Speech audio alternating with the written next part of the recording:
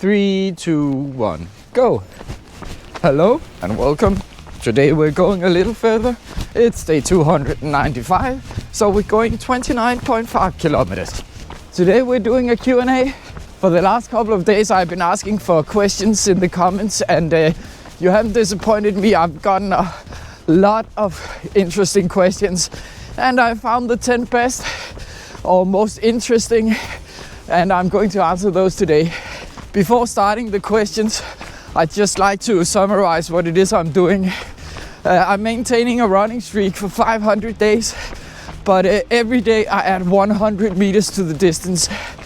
Today is day 295, as I said in the intro, which means I'm running 29.5 kilometers today. Yesterday I ran 29.4, and tomorrow I'm running 29.6. This all adds up quite fast, and after just running 100 meters all those days ago, I'm now one of the people in the world running the most. But let's get into the questions. The first question is from Sonny, who asks, how much experience do you have with running? And I have okay experience. I often say that I'm just an average guy, but perhaps a bit more than average when it comes to running. I've had many periods in my life where I've been running, but I also have many periods in my life where I haven't been running. My father loved running, so when I was a kid, I would run with him sometimes. And later I found interest on my own, but I've never been an elite runner or in a running club or I've never really taken it very seriously. The year where I ran the furthest was in 2024, where I set the goal of 2,000 kilometers in 1 year. And I actually reached it on the 31st of December, on New Year's Day. That was a good year for me. My best time on half a marathon is 1:41 approximately, and my best marathon is 3:46. So decent times, but nothing special. That's how I put it. But I have always been running, and I enjoy running. It's not like I'm an ultra runner or elite runner or anything. More or less just an average runner going out for a run a couple of times every week, and then maybe in periods stepping up a bit. The second question comes from Emil Sommer, who asks, how many shoes have you used and what are they, and rotation and so on. And I'm actually planning an episode just about shoes here.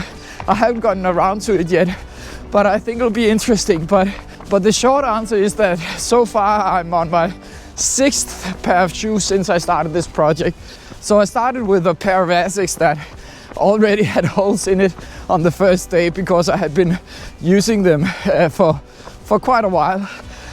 But they were very comfortable, and the holes weren't really a problem for the performance of the sole and so on. Then I got a pair of New Balance, and I actually have an episode about that. And then I got a pair of Craft, but I wasn't very happy with those. So after having run in those for a while, I retired them. Then I got another pair of Asics, and now I just bought a pair of Puma and another pair of Asics. I try to not use the same pair of shoes 2 days in a row, and then I have 2 or 3 pair of shoes that I use. And then when I need to retire one of those pairs, I buy a new pair. But I'm not very particular about my shoes. I just need shoes that fit and that I find comfortable. And some shoes, I find out after a while that they don't really match me and my running style. For example, those Craft shoes, they did nothing good for me. I actually ran in them in quite a long time before realizing it. But I also have a new pair of Asics, and I think maybe I'm going to retire those as well, because they feel a bit too flat, and I feel that my Achilles heel is suffering because of that. The third question is from BH Wong, who asked if I ever considered splitting my runs into 2 runs.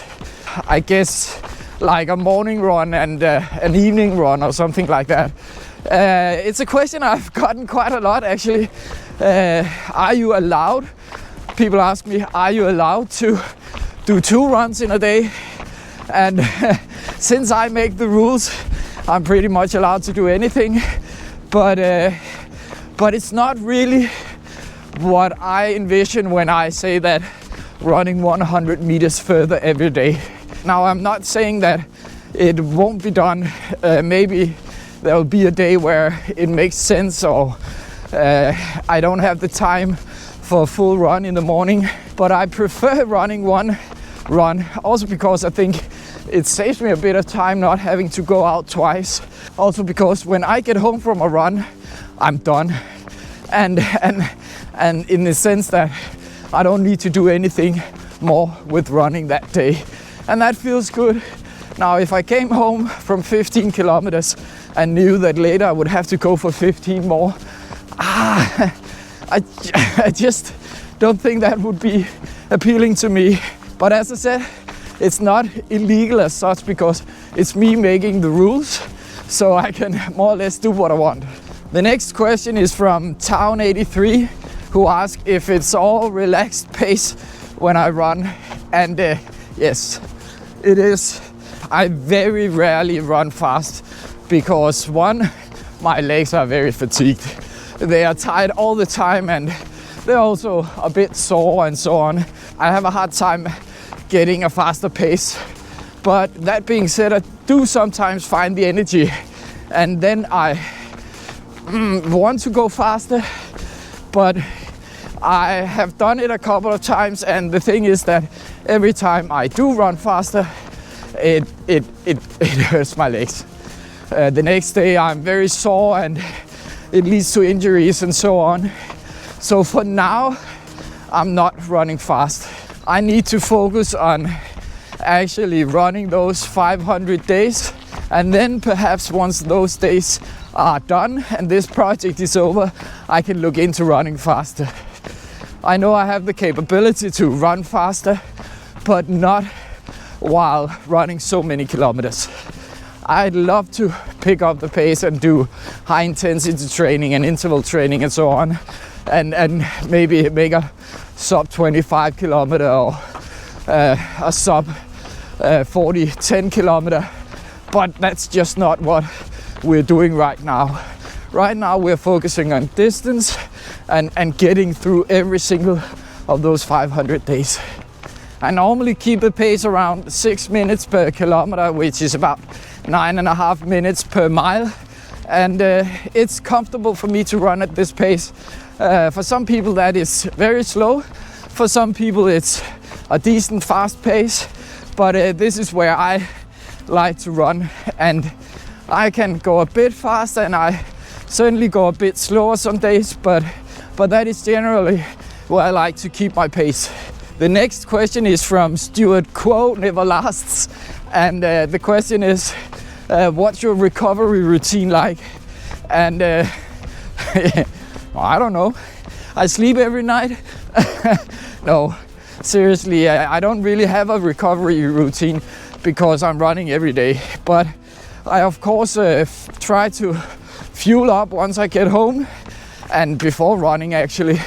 And then I go to bed early to repair as much damage on the body as possible, because I believe that sleeping is one of the best ways to recover.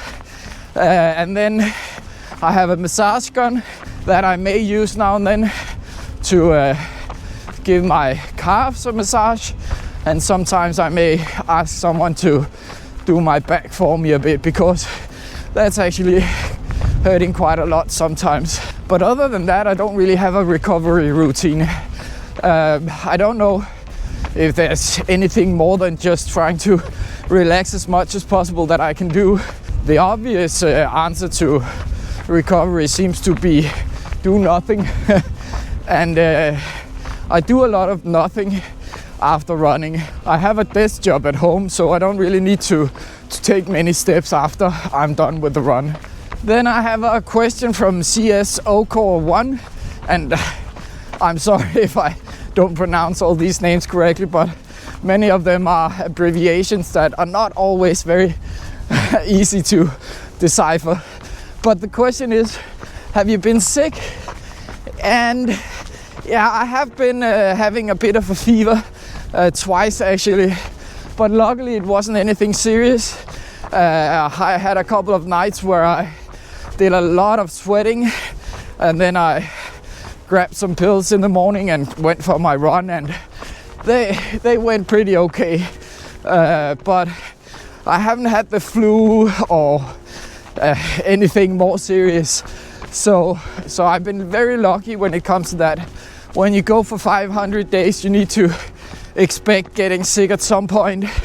And if I can go through all the days with only this minor fever, I will consider myself very lucky.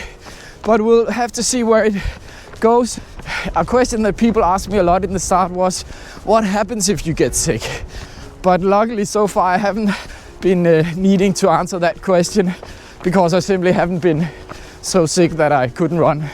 The next question is from Vikranda, who asks, how do you adjust running and family life and work and so on?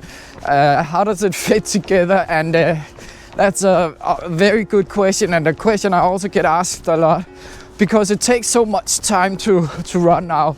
I'm running for about 3 hours, and I also make YouTube for about an hour, so that's 4 hours every day. I work in a very small company, and I have 2 very understanding colleagues. I work from home, which saves me a lot of time, and then I have flexibility to work whenever I want to work. I can work in the morning, in the afternoon, the evening, during the night. Whenever I want to work, I can work. That's sometimes a blessing. It can also be a curse, because you're never off work. But for me, it's certainly the first. I'm very happy that I'm able to put in my hours whenever I need. When it comes to family, that's also a very good question, because of course it influences my family life, especially on holidays and weekends. Right now it's 8 a.m. and I've been running for some time, because today we're celebrating my son's birthday. He had his birthday 2 days ago, and today we're having family dinner and party. So I need to be back home to help with that. It's just practicality means that I need to get this run done as soon as possible, so that I can be with my family. On work days, it's not as much an issue with the family, because I wake up with them and we do our morning routines together, eating breakfast and so on, and then I run when I get them out the door. All in all, I think the weekends and holidays are the worst. And that's also one of the reasons why I like having a goal of those 500 days.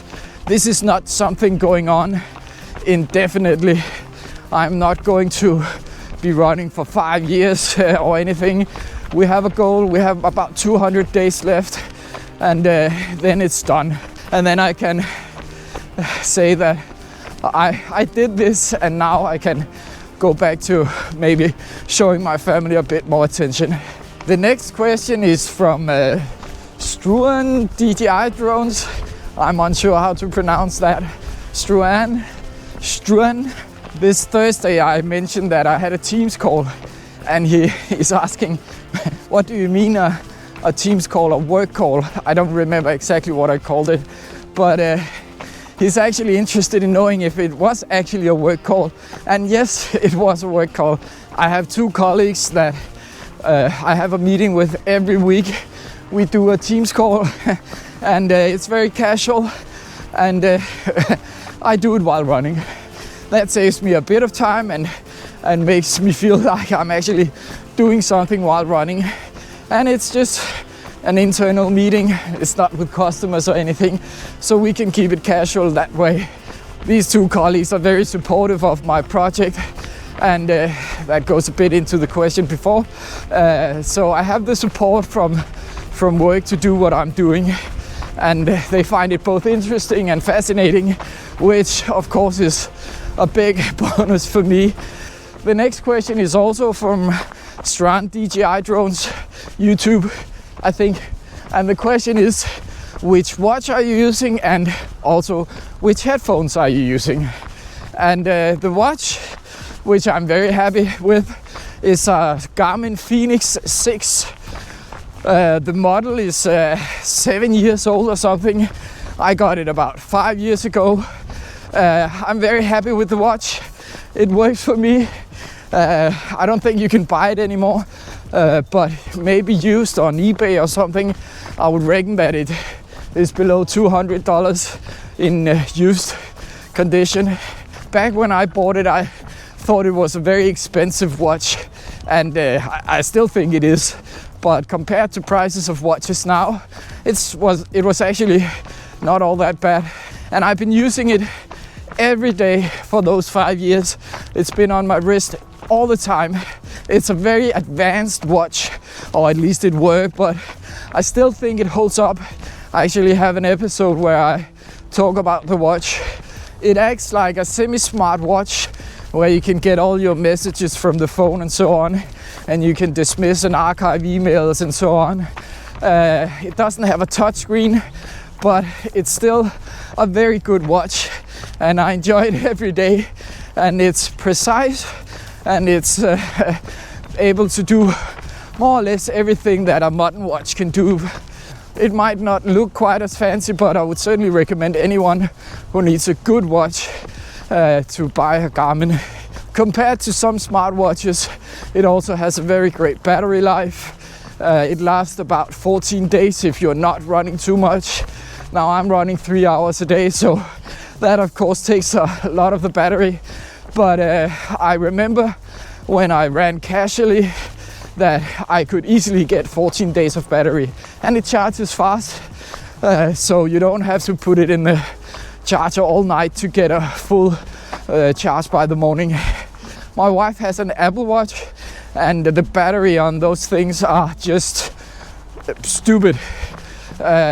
She needs to charge so often that I don't think it makes a lot of sense. But the new Garmin watches I know have even better battery life, lasting for more than a month and so on. So if you can afford it, the Garmin Fenix series is a very, very good watch. I would say that unless you're a very serious runner, maybe a triathlete or something like that, maybe a cheaper watch can do it for you. There are so many features on the Fenix series, and I don't know if the average person needs all those features. But I can tell you that I've been very happy with this watch of mine, and I will continue using it until it falls apart, or Garmin sends me a new one. Regarding my headset, I can just pull it out. It's a Sony something. I think I can't remember the name, but I make a link for it in the description. I was able to find it on Amazon in Germany, but I couldn't find it on the US Amazon website. Maybe the model isn't being used in the US or something, I'm not sure, but you can find a link for it in the description. And can I recommend this? Yes, but I don't really, I don't think I would, because I'm not too keen on them actually. Now they have very good noise cancellation, they have very good sound, they fit well in my ears. All in all, even though I'm running, they stay snug in my ear. So, but the thing with the headset is that it doesn't have buttons, and that annoys me a lot. I find sweeping motion and tapping and so on, I find that annoying on headphones. I want to click or press a button because I get a lot of false inputs to the headphones, especially when I have the longer hair. If it was raining and my hair would touch the headpiece, it would start and stop the music, and it would skip songs or turn up the volume, and that annoys me. So I could recommend it if you're short-haired and don't mind not having buttons. Then yes, it's a good headset. Previously I had a Jabra Elite T65, I think it was called, and that was perfect for me. It had buttons I could press or hold depending on what I wanted to do, and the sound was good, noise cancellation was good. Unfortunately I lost them, and I really wish that they still made them, but they don't. So I googled alternatives, and these Sony came up, and they are good, and they are very similar in both form and function, but they just lack that button which I really like. And with that we come around to the last question, which is from Jakey Coleslaw, who asks, Strava? And yes, I do have Strava, and yes, every run is registered on Strava. There's a link for it in the description. You can also search for a little further on Strava. You should be able to find me. So that was a quick, easy question. And with that, we've gotten through all 10 questions. I hope you enjoyed this Q&A, and then I'll see you tomorrow for 29.6 kilometers. Thanks for watching. Have a wonderful Sunday. Bye.